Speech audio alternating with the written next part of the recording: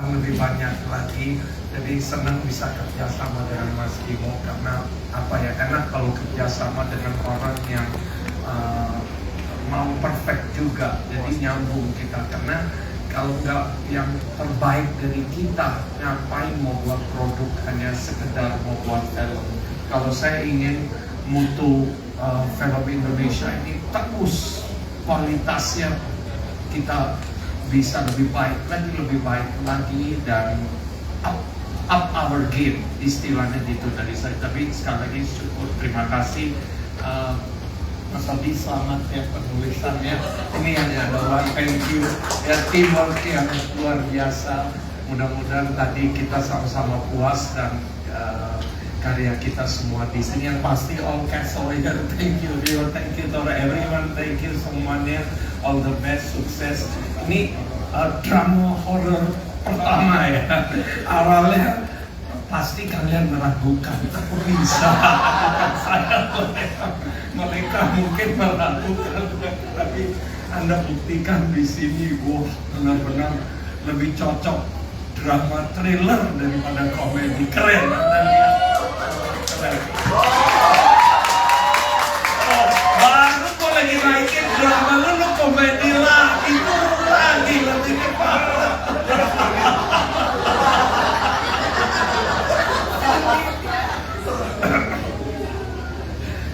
Terima kasih sekali lagi semuanya, all the best. Kita ketemu, excited 24 Desember di bioskop. Mudah-mudahan Januari ini bisa jadi tontonan terbaik, tontonan box office, dan MD kita selalu bisa kontribusi kepada box office dengan karya-karya yang terbaik. Itu aja dari saya, terima kasih. Karena kalau kita lihat dari trailernya rasanya nggak heran ya sebagus itu karena ada Mas Kimo dan ada Mas Ogi di sini. Tapi saya juga yakin ini pasti bukan pekerjaan yang mudah karena kan ini mengadaptasi sebuah novel ya. Mengadaptasi sebuah novel, dan novel ini juga adalah novel yang sangat dikenal publik. Kemudian dijadikan layar lebar, semua orang pasti punya representasi sendiri di kepala mereka. Dan itu untuk menerjemahkan itu adalah hal yang tidak mudah.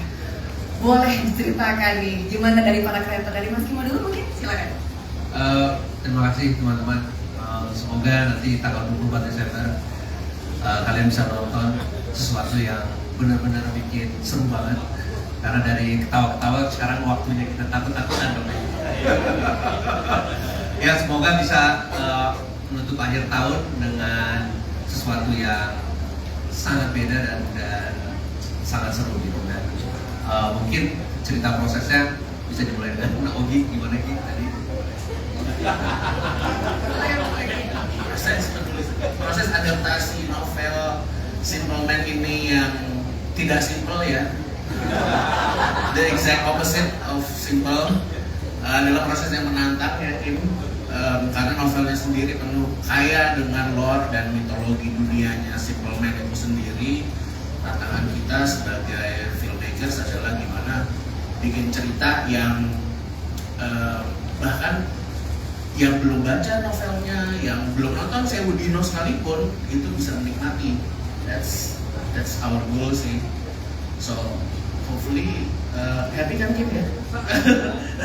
Yeah. Tapi hasilnya mudah-mudahan bisa kelihatan di layar ya. Dari penulis sih gitu, tantangannya sangat menantang tapi cukup puas dengan hasilnya. Oke, kita nantikan nanti 18 di galanya, kemudian nanti 24 Desembernya di seluruh bioskop di Indonesia. Tepuk tangannya mana? Jangan sabar ya semuanya ya. Nah, sekarang saya mau ke cast nih. Saya mau duluan ke cast yang baru bergabung di Jagat Janur Ireng, prequelnya Sewu Dino. Mungkin ke Mas Tora dulu. Sebenarnya kan ada Mas Tora, ada Ratu ya. Iya. Tapi kalau Tora dulu, Mas Tora dulu boleh. Tolong. Karena saya lebih tua jadi dulu. Oh iya benar. Tora dulu. Boleh jangan ngelawak, tolong. Oh, iya. Tolong jangan ngelawak, tolong. Oh ini susah. Ingat dulu. Mode-nya diganti dulu, switch. Iya. Nah, pengen denger cerita dari Mas Tora tentang, tapi jangan kasih spoiler ya. Ketika dikasih skenario-nya nih, apa yang pertama kali bagian mana yang bikin mungkin garuk-garuk kepala dulu Udah bisa tidur dulu, coba boleh ceritain Mas. Waktu pertama ditawarin skripnya, saya pikir saya akan jadi Last Mimi. Emang ada Mas ini? Karena saya belum pernah. Satu kali ya? Kan Mas Gimo bilang, lu akan main menjadi sesuatu yang lu belum pernah mainin. Jadi Last Mimi saya belum pernah. Iya sih. Ya, sebuah tantangan. Iya benar. Enggak kan? Tapi akhirnya saya mendapatkan peran sebagai Kucoro, Arjo Kucoro. Hafal saya namanya.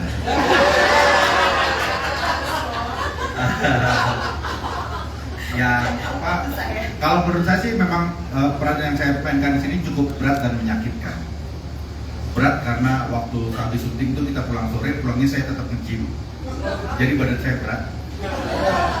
Menyakitkan karena sepatu yang dipakai di syuting ini kecilan. Jadi selama sebulan syuting ini kaki saya sakit terus. Iya benar Pak. Benar. Ya udah gitu aja. Nah yang pertama saya disuruh casting waktu di rumah. Saya disuruh casting, saya belum pernah kerja sama Pak Gimo kan dari dulu saya pikir gitu kan karena Lani kerja sama Pak Gimo. Wah gimana caranya, pokoknya saya kasih.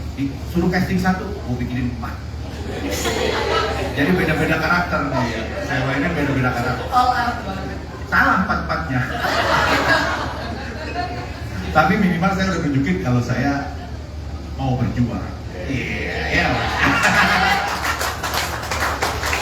Kalau skripnya sih ya berat-berat asoy sih. Berat-berat asoy karena ya senyumnya nggak boleh terlalu lebar. Itu pesannya tuh. Orang pokoknya kalau dia senyumnya nggak boleh terlalu lebar. Terus kalau ngomong harus rendah terus. Sebentar kan suara saya kan cempreng ya. Kalau lagi exciting ya namanya nggak banci. Kalau lagi exciting. Kalau kayak acting suaranya suka tinggian gitu. Nah suara harus rendah. Mas Dora boleh nggak sekali aja perkenalkan saya atau Kucoro pakai suara paling rendah? Coba gimana? Coba.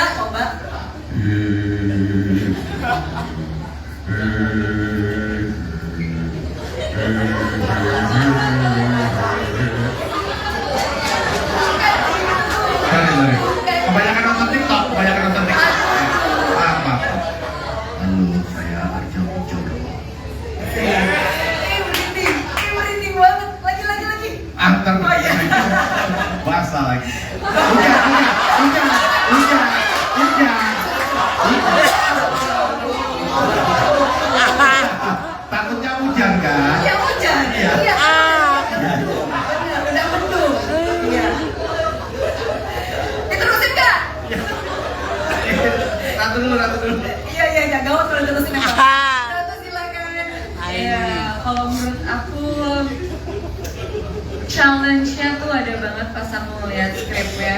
Wah, aku harus meranin kayak adegan yang sangat ekstrim. Kalau kakak bisa lihat semua tadi di lampu, salah satunya itu lumayan ekstrim ya Pak. Itu aku ngeliatnya kayak bisa nggak ya? Kayak meyakinkan diri sendiri sih Kak. Cuman aku senang banget bisa menjadi bagian dari keluarga yang Kucoro ya Pak. Kita lihat aksinya Ratu Rafa ya, kasih semangat dong. Oke, sekarang kita geser ya ke para karakter yang memang sebelumnya sudah ada di Sewito. Ada Magnolio, ada Yudewanto, ada di Selma. Nah ini kan sebetulnya karena prequel itu juga bikin tantangan tersendiri karena teman-teman semua harus memerankan di fase kehidupan yang berbeda. Boleh cerita dulu dari Mas Rio dulu, silakan boleh. Iya. Mungkin kan hasil akhirnya itu kan ada di Sabdo Kucoro yang versi Sewino. Nah itu kan kalau misalnya kita tonton Sewino, Sabdo Kucoro itu penuh sekali dengan kebencian terhadap keluarga Atmojo. Nah di sini gimana caranya kita mencari build up ke akhirnya tuh seperti apa, dan di sini kita bisa explore lebih luas lagi, kayak misalnya dengan